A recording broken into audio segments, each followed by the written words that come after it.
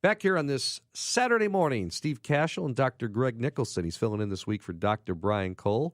Dr. Nicholson is one of the Bulls and White Sox team physicians and sports medicine specialist, orthopedic surgeon for Midwest Orthopedics at Rush. Appreciate you stopping in, Dr. Greg, and helping us out again this week. That's great to be here. Thanks for having me. And net proceeds from our show, Sports Medicine Weekly, go to support orthopedic research at Rush through the LiveActiveNow.org fund. Our producer, Shane Reardon. Our coordinating producer is Teresa Ann Seeger. Dr. Nicholson, this is kind of fun, this next segment right here. Have you ever trained in thin air with low oxygen? I've skied at altitude and had that altitude headache, and you feel like your heartbeat is like a hummingbird, and then you acclimate. But I have not trained in lower oxygen tension, no. Well, now they have the power to do simulated altitude training for pro athletes, weekend warriors, and everyday heroes. Really interesting stuff. Let's bring on the founder of WellFit Triathlon and Training Incorporated in Chicago. In 2009, this gentleman opened the doors of the first training facility of its kind outside of the Olympic Training Center program. WellFit Training Center attracts athletes and fitness enthusiasts from all over Chicagoland. He is Sharone Aharone. How are you, Sharone? I'm fantastic. How are you guys? Good. You like that intro? Oh, it couldn't be better. Good. Well, tell us, hey, what is your thing all about? It's interesting to read about. I want you to tell us about it. So the truth is that since, I believe, 2003, I started coaching mostly endurance athletes, and then I opened my facility in 2009, as you said. And in the last couple of years, I got bored. So I decided to do something different. And I remember when I worked with the U.S. National Program in Colorado Springs, I was interested in altitude training. I started to do some research about it and realized that Australia has 16 commercial altitude training centers. Same goes for countries in Europe, and the U.S. only had 5 that you can actually get access to. So I did some research and realized you can actually get enormous amount of benefits from training at simulated altitude, and decided to open a facility here in Chicago. And so far, we've seen amazing results with people in a very short period of time. Our hottest program is only 4 weeks, and you got to be training in the altitude room for only twice a week for about 45 minutes. So, and we're extremely happy. We had improvement of runners going anywhere between 20 to 45 second improvement per mile on their test. So that was, to us, it's definitely a huge gain for their performances. Yeah, how does simulated altitude improve performance then, Sharone? So the idea is that the body will always adjust to a stress that you put on it, as long as that stress within its limited or physiological barriers. Reducing oxygen saturation in the blood, and that's what we actually do by having air that has lower level of oxygen, promotes the body to increase the capillary bed around the muscle fibers and increase the amount of enzymes that process oxygen inside the muscles. So in essence, the muscle becomes extremely more efficient. What our surprise was how fast that happened. So the first couple sessions, you feel like it's a lot harder than what you do outside. But then in about 2 weeks, maybe 4 to 5 sessions, you feel like, you know what? It's hard, but I'm recovering a lot faster. I can push, faster paces, and I can push higher wattages, and that translates into your racing. So the idea is to become a lot more efficient in absorbing and processing oxygen. Our guest is Sharone Aharone, founder and head coach from WellFit Performance. I'm Steve Kashul with Dr. Greg Nicholson, filling in this week for Dr. Brian Cole at Sports Medicine Weekly here on 670 The Score, talking about the power of simulated altitude training for pro athletes, weekend warriors, and everyday heroes. Sharone, we hear about the trouble when visiting teams go to Mile High Stadium in Denver when we see the Kenyans training in the mountains, lower oxygen tension.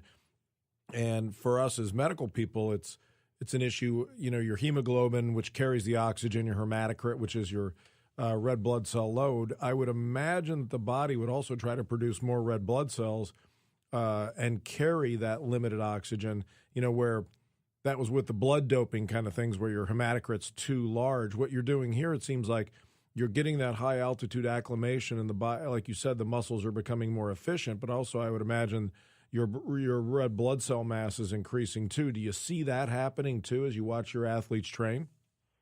Actually, no. There is that benefit only will come if you spend time at altitude. So the common notion is that you need to spend at least 3 weeks, at least 8 hours a day at altitude. That will increase your hematocrit and red blood cells. What we do is solely in the cellular level. And actually, they checked in all those research. They checked for increase in hematocrit, and you don't see that. You don't see increase in red blood cells. So we don't absorb more oxygen from the air and deliver it to the cell. We just use more. We have the ability to use more of what you already have. It's fascinating. It's a little bit different. It's not the front end; it's the back end where you're delivering the right. oxygen. So let's assume you have 2 liters of oxygen running around your blood, and I'm not going to be very specific about the numbers here. And on any given day at a high-intensity workout, you can use about 1 liter of that, right? Because you cannot use all of it. So high-intensity, you maximize at 1 liter. After only 4 weeks, and sometimes the workout is maybe 30 minutes, and the total high-intensity work is only like 2.5 minutes, okay? Yep. You will increase the ability to absorb more and therefore use 1.5 liters out of the 2 liters they have. So for hockey players, it would mean able to stay on the ice longer. For the basketball player, to have enough sprinting ability at the end of the game and an edge on the competition. The challenge is that most of the athletes and the coaches understand one thing, which is increasing your red blood cells, and therefore you need to go to Colorado. They don't understand yet the concept of simulated altitude training. Now, you've been doing this since 2009. You've been involved in it for a longer period of time. Those gains that you're seeing at the cellular level, do you have to keep doing the high-altitude simulated training to preserve that, or is there is there some longevity to the effect?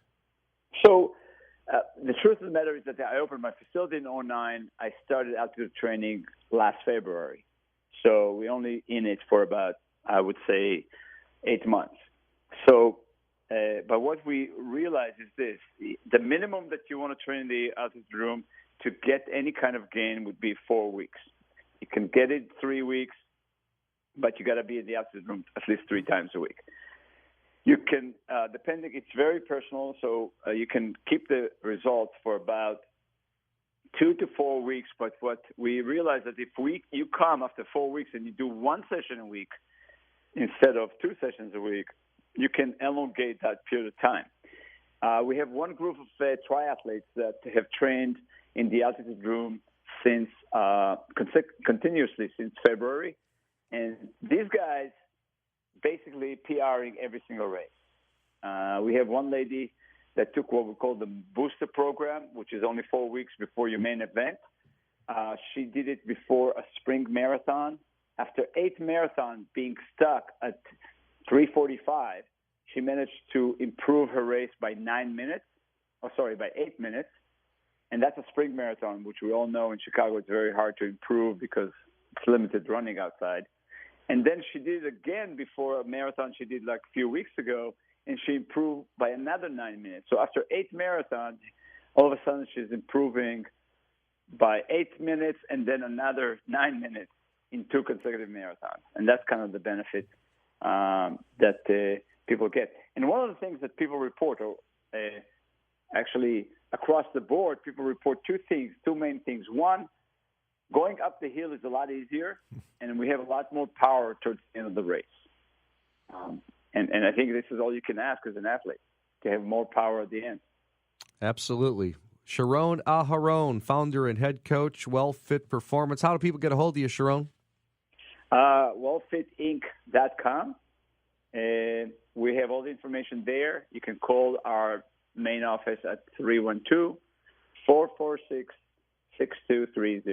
Once again, wellfitinc.com, wellfitinc.com. Great stuff, Sharone. It's really neat. And Dr. Nicholson, I always think about the Bulls when they go to Denver. It always seems so hard for that team to, Bill Wennington always talks about the burn in the lungs, you know. It's a tough place to play when you go there once a year. Well, it's fascinating stuff that Sharone has shown us. Maybe we're thinking about it a little bit differently now. So great stuff. Thank you. Appreciate it, Sharone. Thank you, guys. Pleasure being here. All righty. And when we come back, it's going to be our psychology of eating coach. She is a board-certified nutritionist. Karen Malkin will join us. Always some fun with Karen talking about the proper way to eat, when to eat, how to eat. Stay with us. Steve Kashul, Dr. Greg Nicholson, Sports Medicine Weekly, only on 670 The Score.